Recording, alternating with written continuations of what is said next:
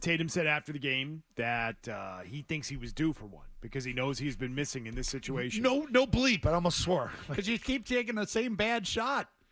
And that would be Eventually, it's my gotta go response to down. that is you can't just keep doing the same thing and expecting the result to be different. And they do. They keep doing the same thing. They think that their process and their idea of how to handle these situations is good.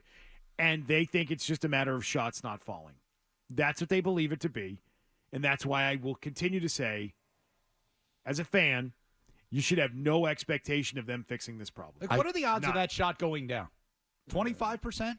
He makes that? I think Kobe hits if it a lot. that. Like that's like 15. Kobe. That's a Kobe type shot It's, there. I mean, it's not like he's got an open look at the basket and he's going to knock that down 50-50. There's no I way. would There's no give way the ball that- to somebody else from now on is what I would do. Instead of getting in the huddle and saying, get JT the ball, let's try something with someone else. Let's say, get Derek White the ball. Oh God. Get Derek White the ball. Why do you say, oh, God? Because I know where this thing's heading. You're heading into a tight.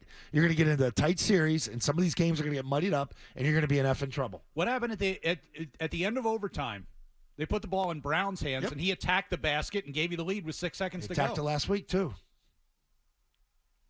Well, not the time that he took the shot the other night, dribbled 23 times. No, that was launched one. we're not talking about that one. Yeah. All right, well, so let's be easy on all the praise for Brown in Thought this they wanted. situation. Thought they wanted at the end of overtime with Brown. I did. They get issues in tight games because they can make some diamonds. Things get tight. Clutch shooting percentage for the Celtics, which in the NBA they define it as within 5 points and 5 minutes or less in the game. Kristaps Porzingis leads the team, shooting 56.7%. Derek White is second with 53.3%. Jason Tatum is fifth on the team at 36.1. He gets tight. It's now in his head. And I think when he tells you after the game, well, I've been bad in these situations, I think I'm due. He just thinks he's going to keep shooting and shoot his way out of this in these late game situations.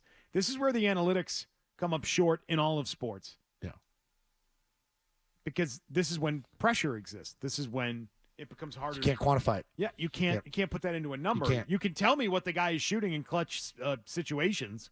You can say it's 36.1, and then you can take that number and say, well, that's not who he is as a shooter. So if he keeps shooting, that number will level out, and that doesn't take into account that mentally it gets harder to do it when you know there's something on the line, and you get nervous, and you have nerves, and your heart's pounding, and your blood pressure rises, and all that stuff. Right? Yeah, it's got to drive you nuts as a coach and people that are running this team because right now he should be a stone cold killer. And he's not. He's not. And I don't know if that'll ever come. And it's got to be frustrating because if you are coaching, like you coach U Sports, game's online, you want to try and get the ball in the best kid on the team's hands. But when the best kid on the team's hands sort of fumbles it away and doesn't come through in the clutch, we got to go to alternative routes. Yeah, I'll take the guy who's a lesser player, kid, but with ice in the veins. Yeah. And I think kids are made like I that. think the guy they got to start looking to is Derek White. I'm serious. Me too. Derek White to me is a guy who can handle those situations. Well, him and Porzingis. Well, Porzingis too. It's a little bit harder You said- because. but you said Porzingis is their best clutch guy by statistics. Yeah, I think their teams account for Porzingis. Yeah. I think they make an effort to take Porzingis out of place late in games. I think there's a focus on him for good reason. Yeah, it's he's a great problematic. player. So I think the guy you might be left with is Derek White. That's why I single out White in this. The way he's responded and how he could get streaky too, he could be that guy because when Brown, Tatum, and Porzingis are on the court, you got to account for those guys and Drew. But Derek White could be an X factor too. We talked about it with Porzingis. White might have to be that guy. See, I'm just thinking, if you want the ball in Tatum's hands, that's fine. He's your best player. He should have the ball in his hands in those situations. But get him to stop settling for these bad 3-point attempts when you need a point. It's a tie game. You're going for a buzzer-beating fall-away 3 when you need to drive the basket, see if you can make a layup or draw a foul, and the game's over. You don't even get to overtime. I agree. Like it's just the mentality, and this is part. It seems so simple, right? Yeah. And it's just nope. It's what we do. It's what we do. We're gonna push through it. They're not going to fix it, so you better hope the Celtics get out to massive leads and hold their leads in playoff games. I have no hope for them fixing this. This is going to be a flaw, and if they end up Oh man, falling short in the playoffs because of this, Poor coach. The coach is the one who will be looked at. Yep. The other guy's going to get the Supermax. Yep.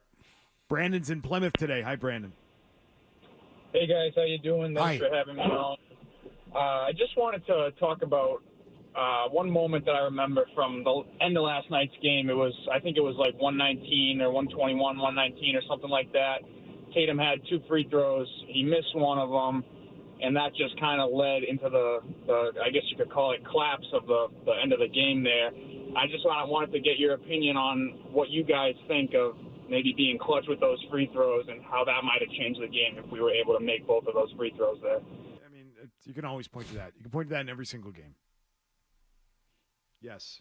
If you hit all your free throws, you're in a better position, and many games could be decided by them if you hit them. But that's just, I don't know. It's kind of a boring thing to talk about, if you ask me. Yeah, no, hit your free throws, of course.